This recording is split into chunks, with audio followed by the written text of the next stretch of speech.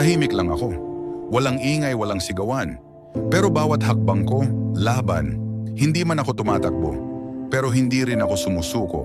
Dahil ang tunay na matatag, yung kahit mabigat ang mundo, lumalakad pa rin. May araw na parang walang patutunguhan. Parang paikot-ikot lang ang daan. Pero alam mo ba, kahit gaano kabagal ang lakad mo, basta't hindi ka huminto, makakarating ka rin.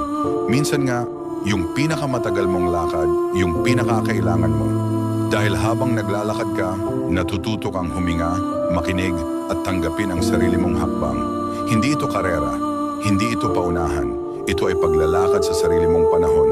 Kaya kung pagod ka na, idol, pwede kang huminto sandali. Pero huwag mong putulin ang kwento.